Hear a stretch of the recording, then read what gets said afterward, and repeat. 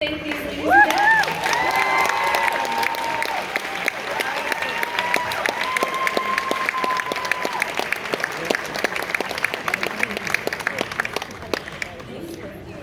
Oh, thank you guys. So we are going to continue this conversation because we hit one of the most iconic moments of this series, Catherine, but it kind of only gets better from here. We're going to dive into more of the how you guys made this in terms of the directing, the writing, and of course the acting. So we will be joined here on the stage here in just a few seconds by a few more of your friends. By that lady with the little kicked knee up. Yes, we will maybe find out exactly where that knee was going. I mean, there's so much about this show that I think people have resonated with or found interesting. What is one of the pieces of feedback that you have found just, most important for you so far? I think everyone just is always asking, was that true? Did that happen? Did that happen? And every time they're like, yep, yes it did, yes it did, yes it did. And George Schultz and her dad worked at Enron and all that stuff. It's just, it's incredible. It's ridiculous. I mean, that is what you hope for and dream for when you create something like this, is for people to say things like that. But I'm gonna ask some more people to join us and tell us about their experiences resonating with this series. First, we have writer and executive producer Liz Heldens. We have director and executive producer Michael Showalter.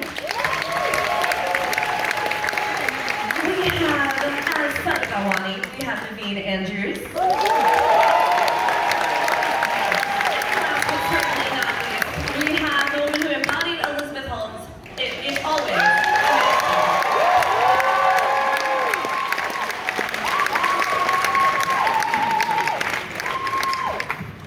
Hello, everyone. We are supposed to be tuning into a new clip, but I think we have to address the how of love before we go. I mean, truly incredible performances from both of you, because it goes from the funny and the lovely to the kind of heartbreaking to the frustrated.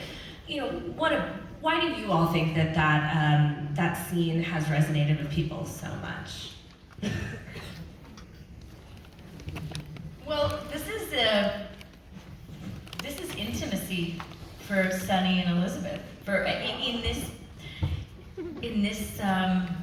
In our version of their love story, this is like foreplay for them. Blinds come down. At the beginning, it's heading towards something. Yeah, and we didn't want to feel creepy. We wanted it to feel awkward and kind of. There's so many moments in this show. The best thing about this show, the thing I loved about it when I read the scripts, was that we weren't afraid to go to the awkwardness of human beings when they're alone, or when they're sharing private moments, intimate moments. It's like, we're weird. Like, we all are really weird when we look at ourselves. And I just think that it's a relatable scene in that way. That's maybe why it also got, has a life of its own, right? Yeah. And it's kind of like a heartbreaking scene, sort of, too, because you see Sunny he's pretty ready to call it quits, and then he's like, but how do you fight that? The leg kick. Especially with that dance. I don't know. We're also in we're just having two different experiences. Let's watch that again. we can watch it again. But we do have more clips. We have more clips too. So you guys cue that up. Now this is where you really feel like you're on a boat.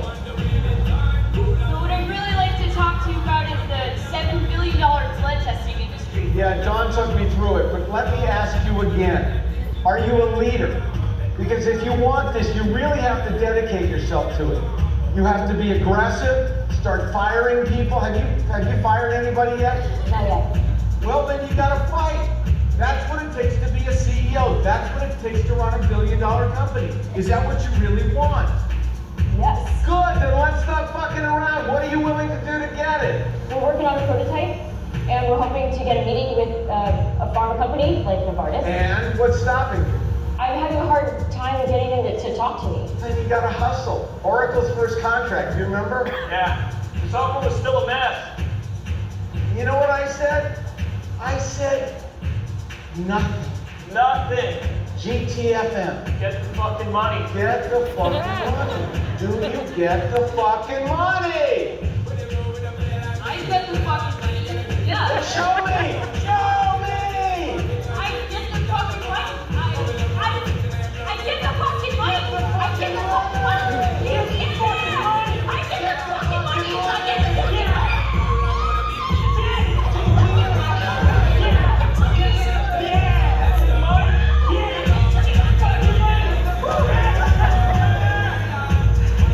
I hope we didn't need that.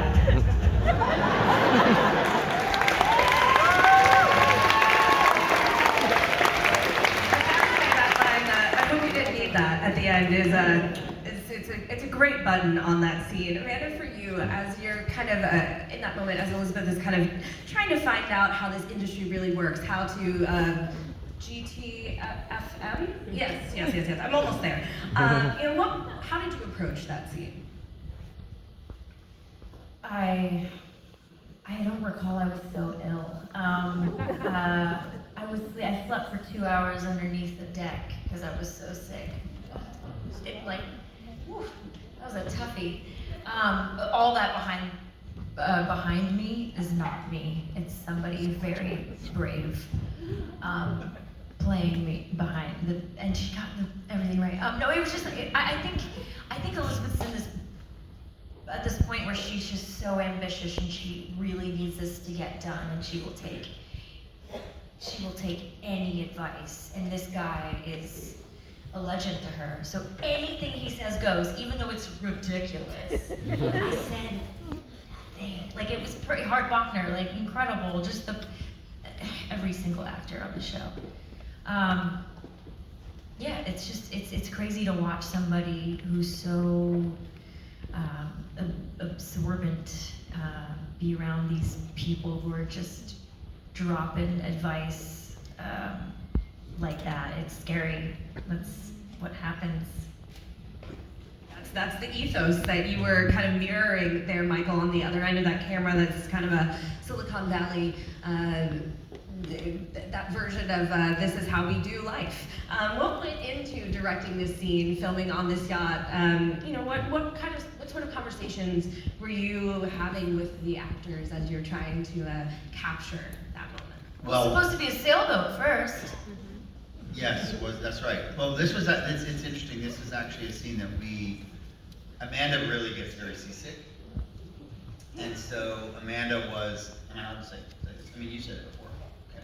Amanda was very sick for most of that shoot. So we went out into the ocean and shot a lot of it with a very amazing stand-in, as Amanda was saying, and then came back in closer to where there was less waves. And Amanda came out of her hovel and shot her scene. Very bravely, I might add. But you were really, really seasick, as was some of the other people. And it was very important to me, and I think Liz, I'm pretty sure Liz, Meriwether, for me it was really important that we be out on the water. That you really feel like she's in the middle of the ocean, there's waves, they're like, that it wasn't, there were conversations, we could do it docked, we could dock the boat, we could do it, and the reason that I forced Amanda to do the scene, against very much she didn't want to, was it really seemed like it was important that they're out in the ocean and it's this sort of, great unknown, the whole world is so strange, and Elizabeth is thrust into this just strange universe of these billionaire tech guys. And so for me, in terms of how we, it was really important to me that we be out on the water. So my memory of that was a lot of me kind of not willing to make the compromise to shoot. We can have a bigger boat if it's docked. We can have a fancier boat if it's docked. I really wanted to feel the ocean in that scene. So we have these great scenes where he's at the very edge of the boat and you just see all that water behind him, and he was amazing. Hart Bachner was just spectacular. So that's kind of my memory of it. You get that vast ocean, it just feels more powerful that way. You're just, out there charting new waters. Exactly. And not gonna lie, we also have another amazing needle drop here with Sean Paul's Temperature. You guys really nailed that time period. What's that? The song there, Oh, yeah. Temperature, yes. It's really, music is its own character in this story. But we're gonna cue up our next clips because this one is there's a lot to dive into here.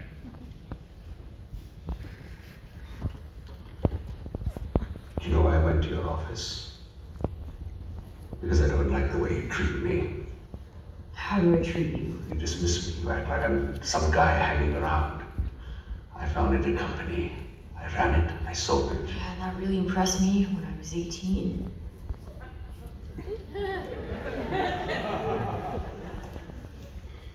You know what I saw when I went to your office? What? No one respects you. No one listens to you. They talk behind your back. They make fun of you. They're laughing at you, Elizabeth. You're in over your head. You're going to lose everything. But go ahead. Keep ignoring me. Keep dismissing me. This juice is disgusting. I hate it. Disgusting. Drink it. No. Drink it. No. It costs $12. Drink it. I don't care how much it costs. Elizabeth! Fuck yourself, son. I don't give a fuck. Don't do it now! Don't do it!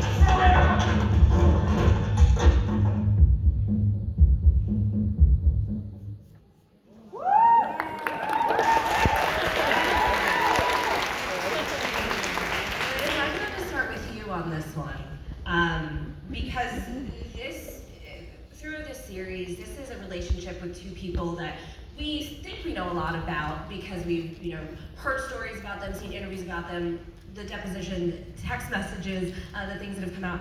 But this is a really intimate moment between this couple. How did you all, as producers and writers, navigate creating what Elizabeth and Sonny's relationship would be like?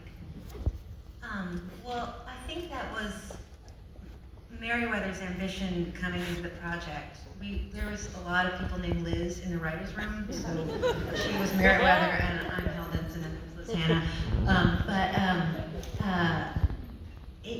What you didn't get from the coverage in the press was what you didn't get was Elizabeth's point of view, and I think that was what we were. That's what we all tried to locate in the writer's room, to just find the humanity in her and find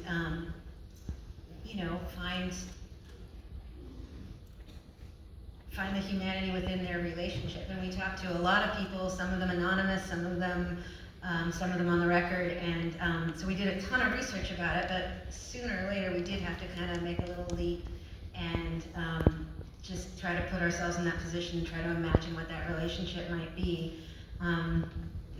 So yeah. And that was, just to put Naveen on the spot, that scene was an audition scene. And the way that you played the anger, but it was really more heartbreak. It was sort of like, why doesn't she see me the way she used to see me? And the first time you did it, you had it, and you have it here on screen, and it's just, you really see the two sides. You see Elizabeth and who she wants to become, but you also see Sonny afraid to be left behind. And anyway, just wanted to say that you're great in that scene. Yeah, and once we got into writing that relationship and finding their points of view, it was really fun to get into the scene work between them because, it's clearly a toxic relationship, but you can kind of see both sides. So. You know what I'm really proud of? Do you remember when we shot it? We didn't injure each other. Remember, you were saying, look, we can do this, we can be that committed, but we don't necessarily have to kill each other. Yeah. No one was hurt.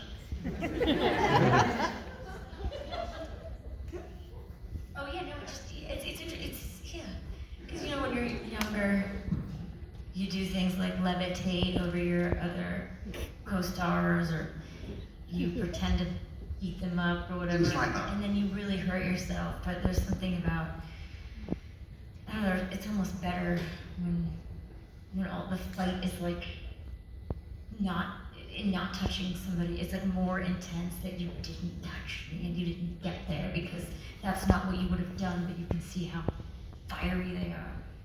Toxic, like you said. Well, Naveen, I want to dive into what Catherine was saying, because that is what you see. You see that he just wants to feel important to her. He doesn't feel important to her anymore. But when you were reading it, you know, since this was your audition scene, what did you find in it? Because you know, it's kind of before you and Amanda are doing the character work. It's as you were reading this script. I know this was a piece that I tested with, but I have to say this, in all my scenes with Amanda, things very fortunately happened organically. You can't just play a scene on your own. You can't. And it was, if you don't mind my saying so, elevated because of what she brought to it. No, but yes, Amanda, go ahead, because I would like to hear from your perspective on it as well. You know, as you're on the other side of that, I know you said that, you know, part of the tension is that they don't, you know, they aren't going to strike each other, but they're definitely striking each other with their words. He's so in love with her, it's pathetic. It's not it, I think. It's not. I don't think that's the thing. I think she's in love with him in a way. She's in love with how he makes her feel. In love with a lot of things about that relationship. It's never equal, of course. You can feel that the whole time. But there's power. Each of them knows how to use their powers, which is also really scary in any relationship. And each of them is just as abusive as the other. She just, you know, has.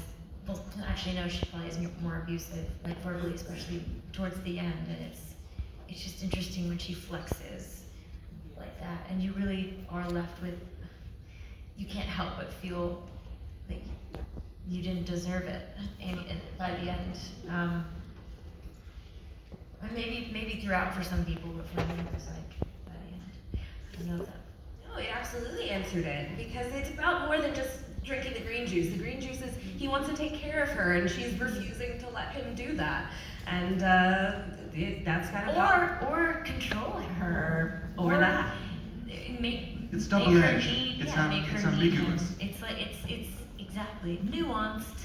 Well, Michael, from the other side of the camera again, you know, how did you kind of work to create that intimacy as you were framing these scenes and figuring out how to just really kind of like escalate the tension between the two? One thing I remember, when we definitely rehearsed on the day, we rehearsed it a lot to figure out like how to play it. You know, because there's a version where it's, you know, drink the green juice, no, drink the, you know, there's a non-slow boil version of that scene where they're just going at it. My memory of it is that we sort of landed at this place where it was like more interesting if it was this kind of like, you know, tete-a-tete, and they're both trying to get what they want, and so it's this cat and mouse game between the two of them. And there's a lot of that between them in the movie, in the show, where they're playing chess with each other. And so my memory of it was, you know, twofold. One, you know, we only had 3 white shirts. We could only, you know, we couldn't smash the green. It was like, we got to make sure that he gets a lot of green juice on this take, because we only have 1 more white shirt. There's that. There's always that. And it's always like, don't worry, we'll put the green juice on in post. We can add more green juice in post, you know. You know, there were questions of, yeah, like, you know, how violent does it get? But again, what I really remember is this sort of like the defiance of Elizabeth, the way that he says drink the juice, and that sort of like no, the way she says no, that is so F you-ish, as opposed to this more kind of like big argument scene. That's what I remember about it, and that was every scene. We always, every single scene that we did was always a conversation. How are we going to do this? What's at stake here? How are we going to play this scene what's the best way to get at it, and that was definitely a great example of it.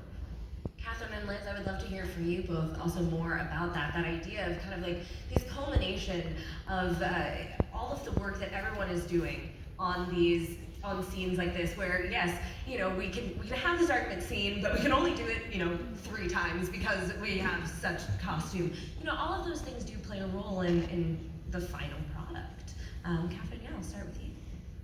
Well, I think that, you know, the first day we all got together to rehearse, you know, I feel like Michael Merriweather and I looked at each other and were like, okay, let's just leave him alone. They came with Naveen and Amanda came with so much. They had done as much thought as the writer's room did for a year, researching, doing original reporting themselves, pulling every piece of archive. You know, we had, you know, Michael had to prep 4 episodes. We had to sit and talk through all these scripts. And then in the door come Naveen and Amanda, who also have done that amount of work, that amount of thought, that amount of research. And so, you know, yeah, it's sometimes you're like, wait, we spent 3 years and now it's about 3 white shirts? Like, how did we get here? But that is what it's always about, you know what I mean? And so you have to rely on all the work you've done before you show up on the stage and know that this team is gonna absolutely bring it, and if you only have 3 shirts, you're gonna make it happen, which they did. There's a scene right after that scene where literally the next scene is she goes into the bathroom. Elizabeth goes into the bathroom to wash the green juice off of her face and her hair, and that's actually something that we reshot. And so one of the, you know, it was nice to have the opportunity to look at some of it and be like, we need to push this one moment a little bit further. And you remember, you were like, we don't need it, but now we were that feeling, wow, we don't need this. But then you see it, and it's like a really profound moment that you know, that we didn't fully get there. I can't remember if we shot a version of it and then we reshot it, or was it, yeah. So. Kind of the fun of what conversations like this, but really of what you are all doing, is because it is a test of communicating with each other and trusting each other and trying new things, and just I think we all here in this audience just have so much respect for the little nuances of what you guys were able to pull together for this one. So at that point, I'm going to cue up our final clip. So let's watch. Now you're leaving me! You said the house was in your Are name. you going to run away behind my back? I'm going to get my own place. I'm treating someone who loves you, who's loved you for years. I take a few of my things now. There's nothing there. Someone I trust is going to take There's the rest of nothing it. inside you. I invented you inside my head. For 12 years I've been inventing you. I made you up. You're not real. You don't have feelings. You aren't a person. You're a ghost. You're nothing. You're nothing. You're not real. You're nothing. And you're a mediocre software engineer. Okay, bye.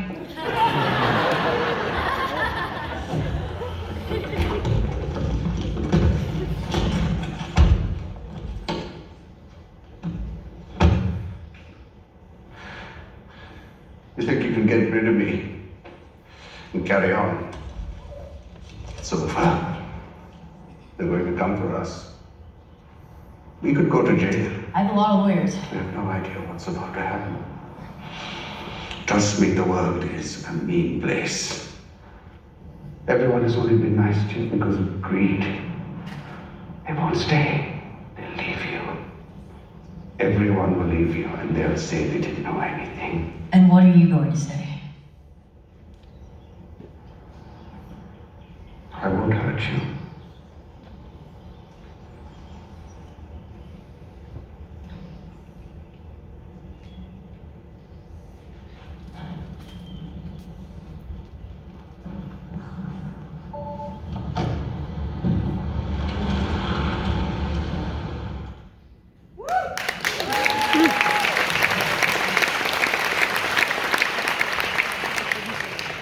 There is a lot that happened bit, but I want to ask you guys first about 2 lines. Amanda, I have to ask you first about okay, bye.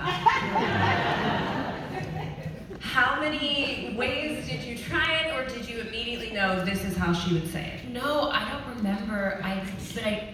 I don't know how many times I said it, but I do remember not knowing how to say it. And I could be wrong, but my instinct is telling me that because Liz Merriweather was very present that day. It's just such a hard scene. But I think I might have asked her for a line reading. Or maybe Erica gave that to me. Could have been Erica Watson, the director, or Liz Merriweather. Could have been Naveen. I don't know. Okay, well, I definitely. How do I play this? But I don't know. I don't know. I'm so glad it was said that way, though. Thank God, because it really packs a punch. It's just a lucky moment. Well, Naveen, I will ask you about I Won't Hurt You very similarly, because there's a lot of loud, there's a lot of big, but there's that line, and there's a lot of heartbreak.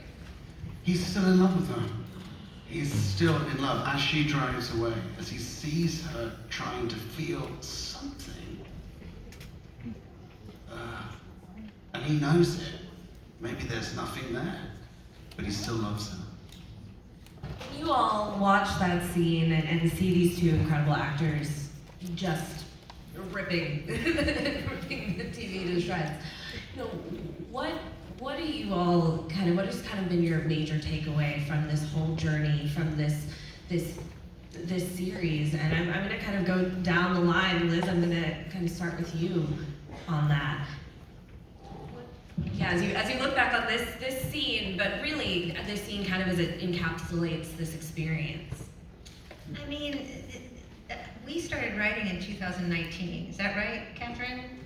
Was it 2018? It was like 2019, and it was a really long, it was a really long journey, and when I watch that scene, I sort of feel sad. I think I watch too much television because I just automatically get invested in whatever relationship I'm looking at, and so, but I do feel like, yeah, he did still love her. I mean, did Sonny? I feel like at the time when you were writing this, Sonny hadn't said a word. Like he still, he hadn't said a word about her, and his silence to us, we always thought like he still loves her, like he's not going to hurt her. So, yeah. And it results in a perfect line like that. Yeah. Michael, for you. Amanda and I were chatting backstage before this.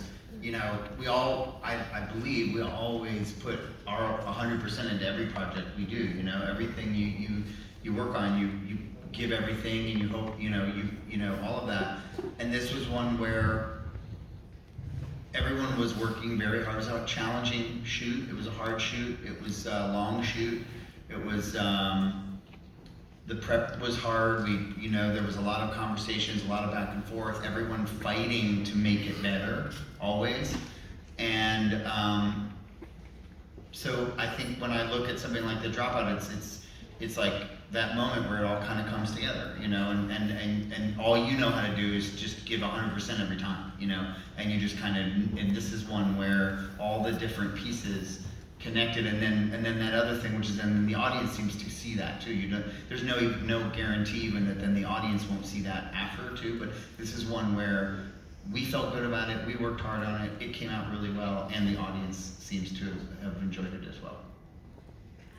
Naveen and Amanda, before I pose that question to you, I did want to ask about the choreography of this scene, though, as well. How did you guys? I know it's a little while ago, but what do you remember about kind of playing this argument and the way that it descends and it's a complex. God, it was very hard, wasn't it? I mean, we did so many different takes. Different angles, different moments. Yeah. I mean, the first half of it for me is much easier because I'm just props. I'm like throwing props, trying to match it to the last one. So it's like, in a way, I'm just one-dimensional in the beginning, but you're the one that's like taking all the weight. It's uncharted territory because they're really speaking to each other for the first time, it seems. In certain instances, you're a mediocre software engineer. You know, how long have you wanted to say that? But in terms of the whole piece, 4 words, thank Christ for Amanda.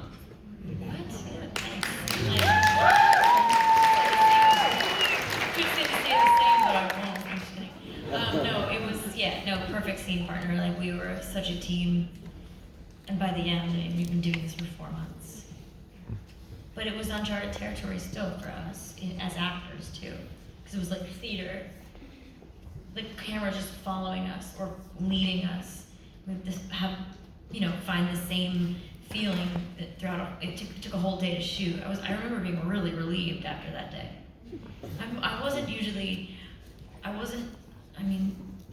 I enjoyed myself more on this than I ever have anything truly beyond. So, but it was like one of the few days where I was like, oh my God, that's over.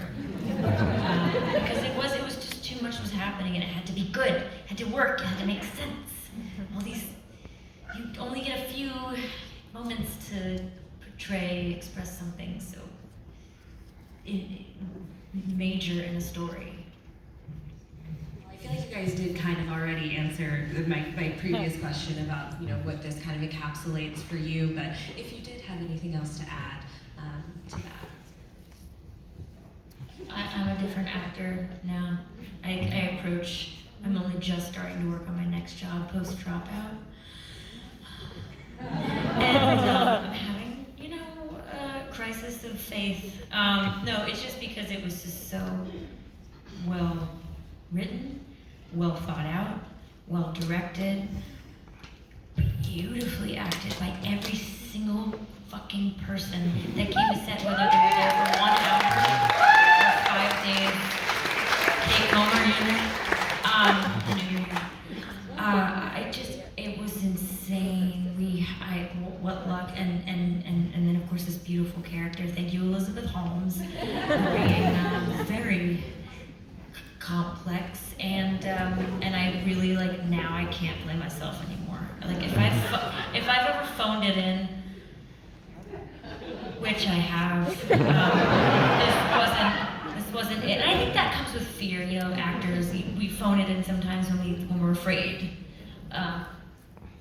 For many reasons, but that's one of them. I wasn't afraid in this one, and so now everything that I do from this day on, I'm trying to give it as much thought and as much preparation that it deserves, A, and B, that I deserve.